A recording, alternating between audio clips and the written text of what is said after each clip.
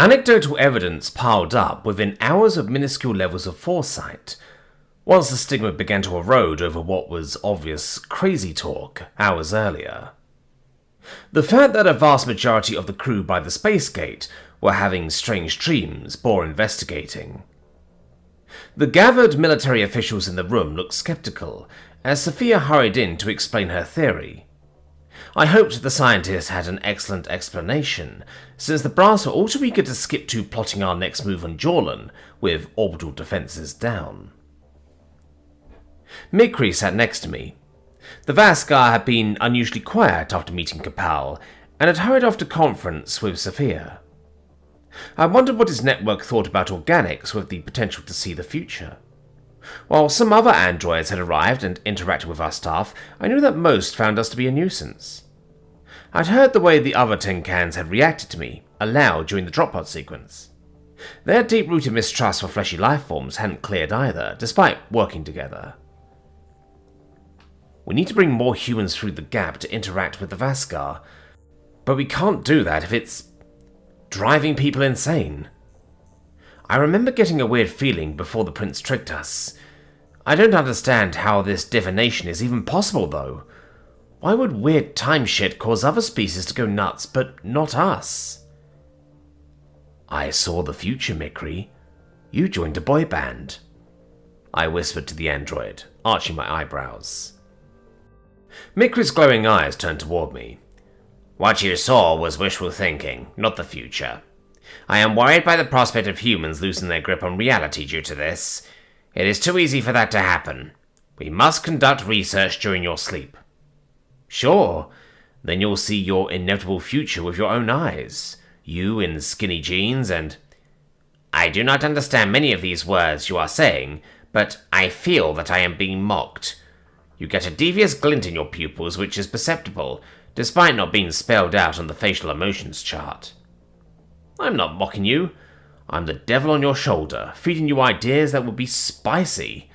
It keeps life amusing. Your nonsensical antics and illogical whims are enough amusement. The Vaskar lowered his head. Is it true that I have no meaningful forms of expression, Preston? That I do not know how to care for anyone or anything? My eyebrows shot up. Who the fuck told you that? Kapal, the creator prisoner. That Ascard doesn't know you. I know he touched a nerve with your insecurities, but you're doing better than plenty of humans. The painting, the drawing on your armor, your idea to make muffins because you learned and empathized. You express yourself plenty. Those pricks don't get to decide what's meaningful. Mikri emitted a sad whir. I only do what humans have taught me, whether I have witnessed it or sought out the information. I am incapable of creating expressionism on my own. I do feel hurt because you are suffering, but this is not how to care for someone. I can only guess at things that would help. I'm going to let you in on a little secret. No one truly knows what's going on in someone else's head or how to fix it. It's a big fucking mystery.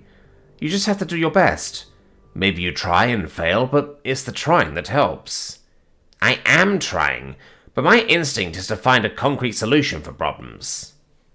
Life is messier than that. You'll have to hold us organics together with duct tape and call it good enough, Mikri. I do not understand. Sure you do. And on meaningful forms of expression, try to make up some bullshit and see what's meaningful to you. It doesn't have to be original. Every human alive learned of our arts passed down from 10,000 fucking years ago. Just make it better. Make it yours. Create goofy computer models. Write songs about the quadratic equation. Speak in rhyme to the network and see if they catch on. If I speak in matching airs, they will summon me for repairs. I grinned to the robot. Exactly, and you will not let them fix you. Mikri doesn't need fixing as long as muffins need mixing. I have been banished from the kitchen, but Sophia said not to listen to your bitching. I glowered at the apprehensive scientist, who gave me an obvious stare. Hey, enough rhymes. Though you are dropping some bars. When did she use those words? She did not. I extrapolated this meaning when she ripped up your sign. Fair enough. We probably should shut up now so we can hear her explanation. I am already familiar with her conclusions, but I will indeed not disturb her out of respect. There was already a great stir over the fantastical insight that humans had in this dimension. I knew this news would only be heaping gasoline on the fire, especially if we could attain scientific verification of the claims. I saluted as General Takahashi entered the room, knowing she was in charge of this installation. Chain of command still meant something to me, despite my Space Force enlistment remaining in a psychologist's hands. Now that everyone was having wild dreams, it might help my chances. Sophia had powered up a projector, her light brown skin creasing with worry. I remembered when the ESU paraded us in front of the press, and how we'd bounce off of each other to make it through interviews. Many had deemed it a suicide mission, asking stark questions about what we thought of our chances. My laughter and bravado, I thought, had firmed our resolve. I couldn't help my intellectual colleague through this public spectacle. I wasn't able to grapple with theoretical concepts about portals, or make meaningful conclusions about the data from the pros who sent through. We thought we knew what we were signing up for when we went through the gap. Now that we're aware that the grey aliens actually exist, physics do their own thing here, and we have fucking visions like a Greek oracle. I'm not sure we did. Somehow the unknown was so much simpler. Thanks to all of you for coming together on such short notice. As I'm sure you're aware, we've had some strange reports of precognitive flashes and feelings. On their own, this would be dismissed as nonsense or coincidence, but the fact that these traits have been observable since we crossed the portal suggests a correlation. Sophia sucked in a sharp breath, and I shot her a thumbs up. What I've created is only a theory to explain what might be happening. General Takahashi offered an unamused scowl. I have one.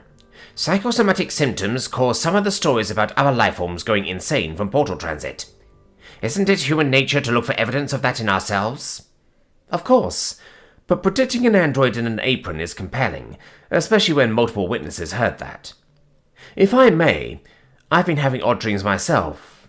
I saw myself telling Mikri not to blame himself like it was through a reflection pond, and this before the captured team ever left Jorlan, before we knew of these side effects.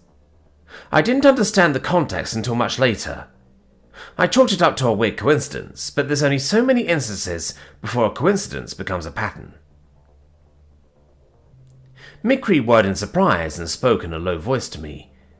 I did not know that Sophia was experiencing these symptoms. She did not freak out from the actualization of her dream, in contrast to the human in Kapow's cell. I didn't know Sophia was a damn prophet either, but I'm sure she's more curious than alarmed. I muttered with worry. I hope she's all right. Sophia waited for the murmurs to die down, while she drew a straight line on a piece of paper. I'm drawing this as a way to visualize what I'm about to say. Humans exist in three-dimensional perception. We can see this 2D object in its entirety from beginning to end. Reality exists in 4 dimensions, and we experience time as it impacts our 3D world. Does that make sense? I held up my watch, pointing. Yes. Tick-tock. Tick-tock. Very good. The scientist sighed with apparent sarcasm. That takes me to the portal. To travel between pockets of 4-dimensional space-time, which we would call a universe, this would require 5th-dimensional interactions, as the Vaskar have suggested. In simpler terms... Sophia drew a line on a second piece of paper and held it elevated above the original. She used a pencil to connect the two, making it obvious even to a dumbass like me that she was demonstrating a bridge between both portals. The bottom line was a representation of Sol, while the top paper was where we were now. We'd gone through the writing utensil, except it was in higher dimensions, which were hard to display in digestible terms. These lines are 2 separate planes of 2D space, which can only be connected with the 3rd dimension. The gap is the connector from 4D to 5D.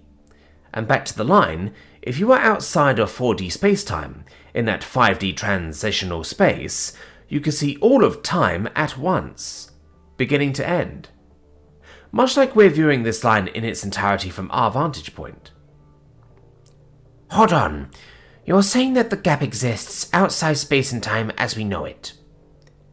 General Takahashi reiterated. The Aleutians created these portals, so they have the ability to manipulate the fifth dimension. This is madness. It's evident that humanity cannot contend with that. Perhaps. Or perhaps we can learn to create 5D bridges ourselves. Mikri told me the Vaskar's creators encountered an organic race who hadn't been stopped by the Aleutians that arrived from another dimension. That Empire aren't the only life forms capable of creating technology like this. They're just the only ones capable of traversing it. Until us. What about Mikri? Your Vaskar friend visited Sol, no worse for wear. I am not organic, Mikri commented helpfully. I did not note any visual stimuli in the portal. It was empty and devoid of input.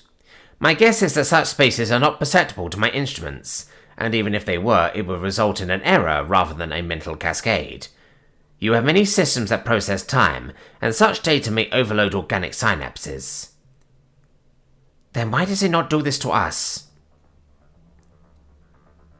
Humans are exceptionally resilient due to the harsh physics of your pocket dimension. Your reaction times are quick, suggesting that you have unique processing power and speed. However, this alone does not explain everything. That you can make any sense of infinite data is beyond my reasoning. Sophia cleared her throat. Ma'am, my thought is that the Aleutians might know something about our capabilities.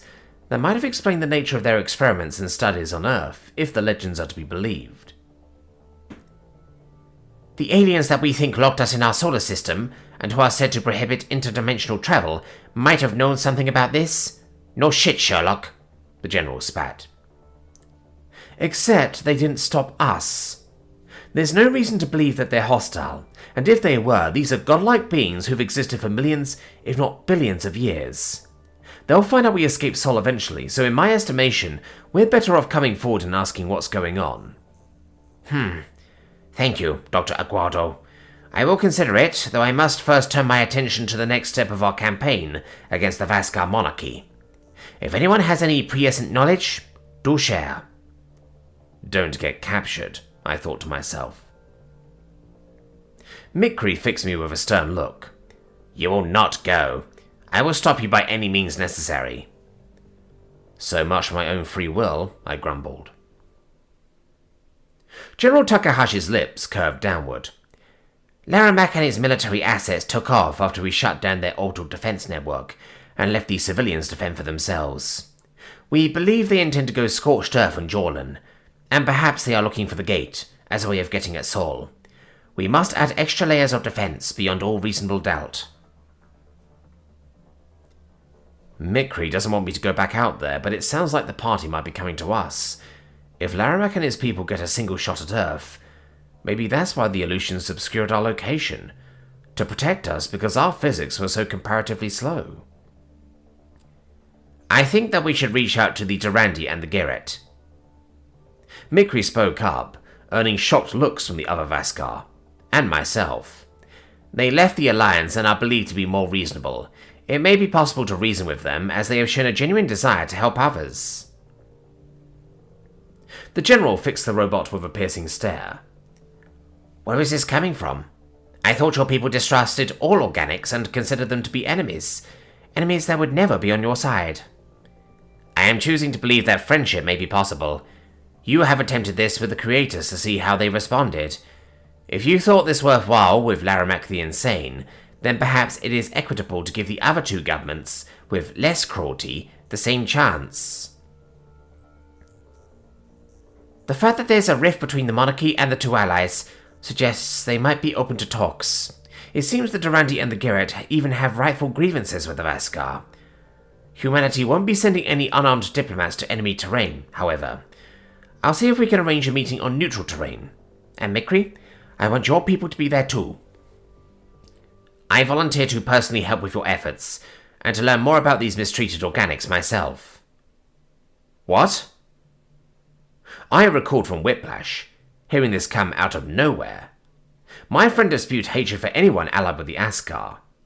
Ma'am, if Mikri is going, I'd like to be his ESU escort. He's a high-value ally that deserves military protection. I'd like to accompany Mikri as well, Sophia remarked, pride gleaming in her eyes. While I'm no diplomat, I was part of our first contact, and I know the procedures down to the letter. Takahashi raised her hand. I'm not assigning personnel to the mission until we have the details ironed out. There is a lot to think about. Please, unless you have alpha-level clearance or higher, clear the room. I imagined the concept of clearance levels was baffling to Mikri, since the Vaskar network shared every detail without regard for ranks. My head was spinning as we departed the room, though my friend offered no commentary on his sudden change of heart.